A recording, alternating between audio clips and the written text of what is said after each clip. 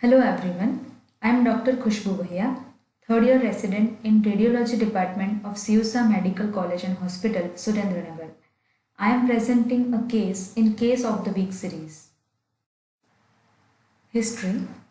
7-month-old male patient presented with the history of dorsal midline back swelling since birth. Patient had normal full-term vaginal delivery. This is the clinical image of the patient which shows the midline back swelling. X-ray shows scoliosis of dorsal spine with convexity towards left side, hemivertebra on left side at the level of D10, bifid D6 to D9, D11 and D12 vertebra are seen, hypoplastic sixth rib on right side, and a well-defined radiopacity noted in the midline extending from D9 to D12 level. USG image shows a thin-walled anechoic cystic lesion with septations noted in the lumbar region, which shows communication with spinal subarachnoid space. MRI images. T2 coronal image shows scoliotic changes of dorsal spine with convexity towards left side. Segmental anomaly is seen in dorsolumbar region in the form of hemivertebra. Spina bifida is seen in lower dorsal spine with CSF outpouching consistent with meningocele. Duplication of cord, also known as diastematomyelia, is seen from D12 to L2 with tethered spinal cord with its lower end at L3 level. Myelogram image shows syrinx formation extending from D7 to D9 level with CSF outpouching called meningocele. Summarizing the findings, segmental anomaly in the form of hemivertebra involving D10 vertebra with resultant scoliosis of dorsal spine with convexity towards left side. Spina bifida in lower dorsal region with CSF outpouching consistent with meningocele.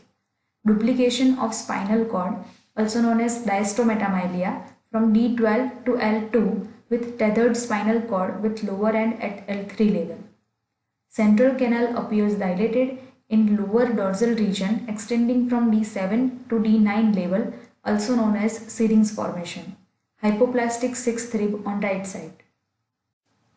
The final diagnosis is neural tube defect with spina bifida, meningocele, diastematomyelia and tethered spinal cord. Patient underwent neuroplasty for the meningocele. Discussion. Neural tube defects are congenital anomalies of neural development with a spectrum of clinical manifestations. They can affect cranium or spine. Cranial defects include anencephaly, exencephaly, and encephalocele. Open spinal dysraphism, spina bifida aperta, is characterized by a cleft in the spinal column with herniation of the meninges known as meningocele or meninges and spinal cord known as myelomeningocele through the defect. Closed spinal dysraphism, also known as occult spinal dysraphism or spina bifida occulta, is characterized by failure of fusion of the vertebral bodies due to abnormal fusion of the posterior vertebral arches. With unexposed neural tissue, the skin overlying the defect is intact.